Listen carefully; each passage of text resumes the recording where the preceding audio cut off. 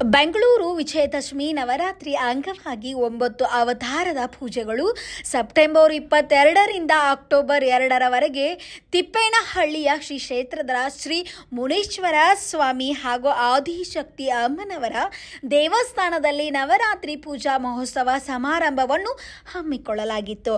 ಇನ್ನು ವಿವಿಧ ಅಲಂಕಾರ, ಉತ್ಸವ, ಅನ್ನದಾನದಾಗಿ ಸೇವೆಗಳನ್ನು ಏರ್ಪಡಿಸಲಾಗಿದ್ದು, ಭಕ್ತಾದಿಗಳು ಹೆಚ್ಚಿನ ಸಂಖ್ಯೆಯಲ್ಲಿ ಆಗಮಿಸಿ ಕಾರ್ಯಕ್ರಮ ಯಶಸ್ವಿಗೊಳಿಸಬೇಕು ಎಂದು ತಿಪ್ಪೇನಹಳ್ಳಿಯ ಶ್ರೀ ಮುನೇಶ್ವರ ಸ್ವಾಮಿ ದೇವಸ್ಥಾನದ ಟ್ರಸ್ಟ್ನ ಅಧ್ಯಕ್ಷರು ಹಾಗೂ ಧರ್ಮದರ್ಶಿ ಗಂಗಾರಾಜ್ ಹೇಳಿದರು.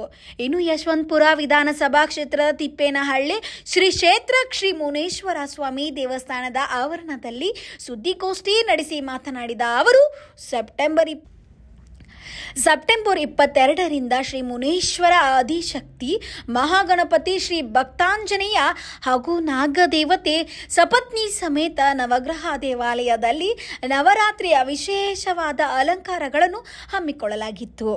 ನವರಾತ್ರಿ ಅಂಗವಾಗಿ ಸೆಪ್ಟೆಂಬರ್ 22ರಿಂದ ಅಕ್ಟೋಬರ್ 2ರವರೆಗೆ ಸೋಮವಾರ ಅರಿಶಿನ ಕುಂಕುಮ ಅರ್ಚನೆ ಹಾಗೂ ವಿವಿಧ ವಿಶೇಷವಾದ ಅಲಂಕಾರ, ಪೂಜಾ ಪುನಸ್ಕಾರಗಳು, ಮಹಾಮಂಗಳಾರತಿ ಪ್ರತಿದಿನ ದೇವತಾ ಕಾರ್ಯ ಜರುಗಲಿದ್ದು, ಅಕ್ಟೋಬರ್ 1ರಂದು ದುರ್ಗಾ ಅಲಂಕಾರದೊಂದಿಗೆ ಅಯೋಧ್ಯ ಪೂಜೆ ಮತ್ತು ವಿಜಯದಶಮಿ ದಿನದಂದು ಬನ್ನಿ ಮರಕ್ಕೆ ತೆರಳಿ ಕುಂಕುಮ, ಅರಿಶಿನ, ಅಕ್ಷತೆ, ಮಹಾಮಂಗಳಾರತಿ ಪೂಜಾ ಸಲ್ಲಿಸಿ ಬನ್ನಿ ಮುರಿಯುವ ಏರ್ಪಡಿಸಲಾಗಿದೆ ಎಂದು ತಿಳಿಸಿದರು.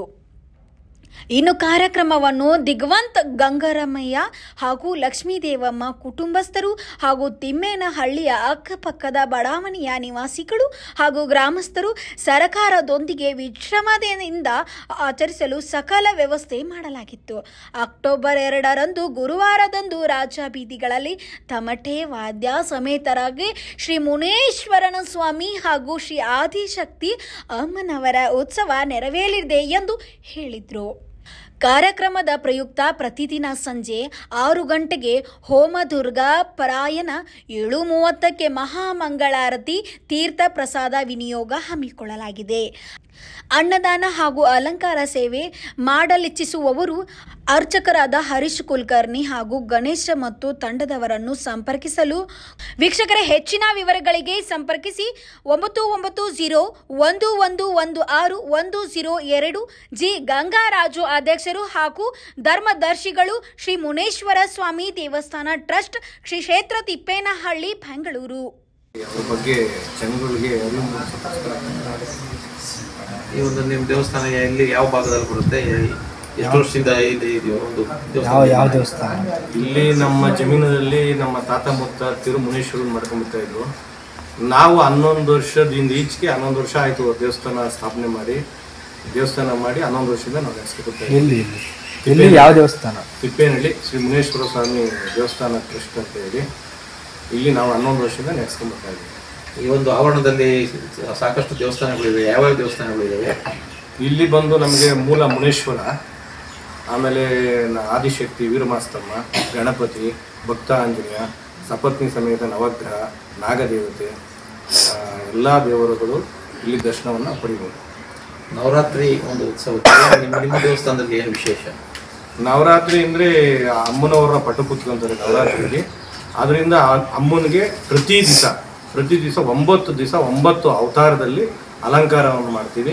ಪ್ರತಿ ದಿವಸ ಅನ್ನದಾಸೋಹ ಮಾಡ್ತೀವಿ. ಆಮೇಲೆ ವಿಜಯದಶಮಿ ದಿವಸ ಬನ್ನಿ ಕಡಿದು ದೇವರ ನಗರ ದೇವತೆಯನ್ನು ರಾಜಬೀದಿಯಲ್ಲಿ ಮುತ್ತಿನ ಪಲ್ಲಕ್ಕಿ ತಮಟವಾದ್ಯದೊಂದಿಗೆ ಮೆರವಣಿಗೆ ಮಾಡ್ತೀವಿ. ಎಷ್ಟನೇ ತಾರೀಕಿಂದ ಸ್ಟಾರ್ಟ್ ಆಗುತ್ತೆ? 22 ಸ್ಟಾರ್ಟ್ ಆಗುತ್ತೆ. 2ನೇ ತಾರೀಕು. ಪ್ರತಿ ವರ್ಷ 10 ದಿವಸ ಬರೋದು ನವರಾತ್ರಿ. ಈ ವರ್ಷ 11 ದಿವಸ ಬಂದಿದೆ. ವಿಜಯದಶಮಿ ದಿವಸ ಅಂತ್ಯ ಆಗುತ್ತೆ. 22ಕ್ಕೆ ಸ್ಟಾರ್ಟ್ ಆಗಿ 2ನೇ ತಾರೀಕು ಮುಕ್ತಾಯಗೊಳ್ಳುತ್ತೆ. ಸರ್, ಈ ನವರಾತ್ರಿ ಹಬ್ಬನ ಈ ಆಚರಣೆ ದೇವಸ್ಥಾನ ಆರಂಭದಿಂದಲೂ ಮಾಡ್ಕೊಂಡಿದ್ದೀರಾ? ನಾವು ಯಾವಾಗ ಈ ದಾಯಿನ ಇಲ್ಲಿ ನೆಲೆಗೊಂಡು ಇಲ್ಲಿ ಸ್ಥಾಪನೆ ಮಾಡಿದ್ವಿ ಅವತ್ತಿಂದನೂ ಮಾಡ್ಕೊಂಡ್ಬರ್ತಾ ಇದ್ದೀವಿ. ಸರ್, ಇಲ್ಲಿ ಬೇರೆ ಜನಗಳಿಗೆ ಅಂದರೆ ಈ ಜಾಗದ ಅಲ್ಲದೆ ಬೇರೆ ಜಾಗದಲ್ಲಿ ಇರ್ತಕ್ಕಂಥ ಸುತ್ತಮುತ್ತಲು ಜನ ಇಲ್ಲಿ ಬರಲಿಕ್ಕೆ ಅವ್ರಿಗೇನು ಅವಕಾಶಗಳಿದೆ? ಅವ್ರು ಏನೆಲ್ಲ ರೀತಿ ಪೂಜೆ ಮಾಡ್ಬೋದು? ಯಾವ್ಯಾವ ರೀತಿ ಇಲ್ಲಿ ಪೂಜೆಗಳು ಮಾಡ್ಬೋದು ಸರ್? ಅವರು ಬಂದು ಅವ್ರ ಮನಸ್ಸು ಇಷ್ಟ, ಅವ್ರೇನು ಭಗವಂತನಲ್ಲಿ ಆ ತಾಯಿಯಲ್ಲಿ ಏನು ಪ್ರಾರ್ಥನೆ ಮಾಡ್ಕೊಂತಾರೆ, ಹರಕೆ ಮಾಡ್ಕೊಂತಾರೆ, ಅದನ್ನು ಅವ್ರ ಕೆಲಸ ಕೈಗೊಂಡಾಗ ಅವ್ರ ಹರಕೆನ ತೀರಿಸ್ಬೋದು. ಇಲ್ಲಿ ಅನುದಾನ ಇರುತ್ತೆ. ಮತ್ತು ಇಲ್ಲಿ ಎಲ್ಲ ಥರದ ಹೋಮ ಹವನಗಳು ನಡೀತಾ ಇರ್ತವೆ. ಅದಕ್ಕೆ ಆದಂಥ ಅರ್ಚಕರಿದ್ದಾರೆ. ಅರ್ಚಕರು ದಿನನಿತ್ಯ ಬೆಳಿಗ್ಗೆ ಸಂಜೆ ಪೂಜೆ ಮಾಡ್ತಾರೆ. ಸರ್ ಇಲ್ಲೇನಾದರೂ ಏನು ಮುನೀಶ್ವರ ಪೂಜೆ ಮಾಡಲಿಕ್ಕೆ ನವರಾತ್ರಿ ಬಿಟ್ಟು ಬೇರೆ ದಿನಗಳಿಗೆ ಮುನೀಶ್ವರ ಪೂಜೆ ಅಂತಂದರೆ ಸಾಮಾನ್ಯವಾಗಿ ಮಾಂಸಾಹಾರಿಗಳಿರ್ತಾರೆ. ಈ ಮಾಂಸಾಹಾರಿಗಳು ಬಂದು ಇಲ್ಲಿ ಮಾಂಸನ ತಯಾರು ಮಾಡಿ ಅಂದರೆ ಅಡುಗೆ ಭಕ್ಷ್ಯ ಭೋಜನಗಳನ್ನು ರೆಡಿ ಮಾಡಿ ಪೂಜೆ ಪುರಸ್ಕಾರ ಮಾಡಿಕೊಂಡು ಆ ಪೂಜಾ ಕಾರ್ಯದಲ್ಲಿ ಭಾಗವಹಿಸಿ ಇಲ್ಲೇ ಊಟ ಮಾಡಿಕೊಂಡು ತಂಗಿ ಹೋಗ್ಲಿಕ್ಕೆ ಏನಾದ್ರು ಅವಕಾಶ ಇದೆಯಾ? ಈಗ ನಾವು ಮುಂದಿನ ದಿನಗಳಲ್ಲಿ ಅದನ್ನ ಯೋಚನೆ ಮಾಡಿದ್ವಿ. ಇವಾಗೂ ಮಾಡ್ತಾರೆ, ಮುನೇಶ್ವರನ್ ಮಾಡಿ ಊಟ ಮಾಡ್ಕೊಂಡು ಹೋಗ್ಬೋದು. ತಂಗಕ್ಕೆ ಎಲ್ಲ ಮುಂದಿನ ದಿನಗಳಲ್ಲಿ ಮಾಂಸಾಹಾರಿಗೆ ಸಪ್ರೇಟು, ಸಸ್ಯಾಹಾರಿಗೆ ಸಪ್ರೇಟು. ಇಲ್ಲಿ ಗಣಪತಿ ಆಂಜನೇಯ ಅಮ್ಮ ಇರೋದ್ರಿಂದ ಈ ಭಾಗನ ನಾವು ವೆಜ್ ಆಗಿ ಆ ಭಾಗವನ್ನು ನಾನ್ ವೆಜ್ ಆಗಿ ಎಲ್ಲರಿಗೂ ಅನುಕೂಲ ಮಾಡಿಕೊಡ್ಬೇಕು. ಅದಕ್ಕೆ ಒಂದು ಚೌಟ್ರಿ ಮಾಡೋವಂಥ ವ್ಯವಸ್ಥೆ, ಸ್ನಾನದ ವ್ಯವಸ್ಥೆ ಎಲ್ಲದಕ್ಕೂ ಮುಂದಿನ ದಿನಗಳಲ್ಲಿ ಮಾಡ್ಕೊಳ್ಳೋವಂಥದಕ್ಕೆ ಇದೀವಿ. ಅಂದರೆ ನೀವು ಹೇಳೋದು ಮಾಂಸಾಹಾರಿಗಳ ಪೂಜೆ ಮಾಡಬೇಕಂತಲ್ಲ, ಅವ್ರಿಗೆ ಅಡುಗೆ ಮಾಡ್ಕೊಳಕ್ಕೆ ಊಟ ಮಾಡಲಿಕ್ಕೆ ಸ್ಥಳದ ಅವಕಾಶ ಸಿಗುತ್ತೆ? ಖಂಡಿತವಾಗ್ಲೂ ಸಿಗುತ್ತೆ. ದೇವಾಲಯದಲ್ಲಿ ಈಗ ನೋಡಿದ್ದೀರಾ ನೀವು, ಸಾಕಷ್ಟು ಇಲ್ಲಿ ನಮಗೆ 1 ಎಕರೆ ಜಾಗ ಇರೋದ್ರಿಂದ ಅವಕಾಶ ಇದೆ, ಮಾಡ್ಕೊಂಡು ಊಟ ಮಾಡ್ಕೊಂಡು ಹೋಗ್ಬೋದು. ಸರ್ ಇಲ್ಲಿ ಏನಾದರೂ ಒಂದು ಪ್ರಭಾವ ಅಂತಕ್ಕಂಥದ್ದು ಏನಾದರೂ ಯಾರಾದರೂ ಕಂಡಿದ್ದಾರಾ ಅಥವಾ ನೀವೇನಾದರೂ ಕಂಡಿದ್ದೀರಾ ಅನ್ನೋದನ್ನು ಒಂಚೂರು ಹೇಳಕ್ಕಾಗುತ್ತೆ? ನೀವು ಕಾರ್ಯಕ್ರಮಗಳಲ್ಲಿ ನಮ್ಮನ್ನು ಕೇಳೋದಕ್ಕಿಂತ ನೀವು ಈಗ ನವರಾತ್ರಿಗೆ ಬಂದು ಆ ಭಕ್ತಾದಿಗಳು ಏನು ಬರ್ತಾರೆ, ಆ ಭಕ್ತಾದಿಗಳನ್ನ ಅವ್ರ ಮನದಾಳದ ಮಾತು ಕೇಳಿ ಅವ್ರಿಗೆ ಇಲ್ಲಿಂದ ಏನು ಒಳ್ಳೇದಾಗಿದೆ ನೀವು ಅವ್ರ ಹತ್ರನೇ ತಿಳ್ಕೊಬೇಕು. ಅಂದ್ರೆ ನೀವು ಗಂಗರಾಜ್ ಅವರೇ, ನೀವೇ ಟ್ರಸ್ಟಿಗಳು, ಇದಕ್ಕೆ ಒಂದು ಟ್ರಸ್ಟ್ ಅಂತ ಮಾಡ್ಕೊಂಡಿದ್ದೀರಿ, ಏನಂತ ಮಾಡ್ಕೊಂಡಿದ್ದೀರಿ? ಇದು ನಮ್ಮದು ಪಿತ್ರಾರ್ಜಿತ ಆಸ್ತಿ ಆಗಿರೋದ್ರಿಂದ ನಾವು ಯಾವುದು ಬೇರೆ ಹೊರಗಡೆ ಜನಗಳನ್ನ ಟ್ರಸ್ಟಿಲಿ ಮಾಡ್ಕೊಂಡಿಲ್ಲ.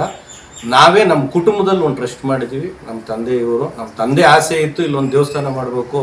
ನಮ್ದು ಇಲ್ಲಿ 12 ಎಕರೆ ಜಾಗ ಎಲ್ಲ ಮಾರಿರೋದ್ರಿಂದ ಈ ದೇವಸ್ಥಾನದ ಜಾಗ ಯಾವುದೇ ಕಾರಣಕ್ಕೂ ಮಾರಬಾರ್ದು, ನಾವು ಇದನ್ನೇನ ಮಾಡಿ ಸಮಾಜಕ್ಕೆ ಮಾಡಬೇಕು ಅಂತ ದೇವಸ್ಥಾನ ಮಾಡಿ. ಧರ್ಮದರ್ಶಿಗಳು ನಿಮ್ಮ ಪ್ರಕಾರ? ಹೌದು, ಅಧ್ಯಕ್ಷರು ಹಾಗೂ ಧರ್ಮದರ್ಶಿ.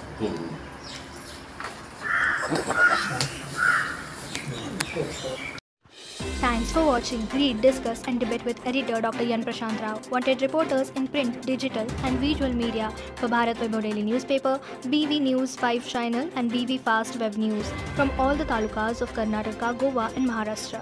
If interested, send your resume to 9019229366.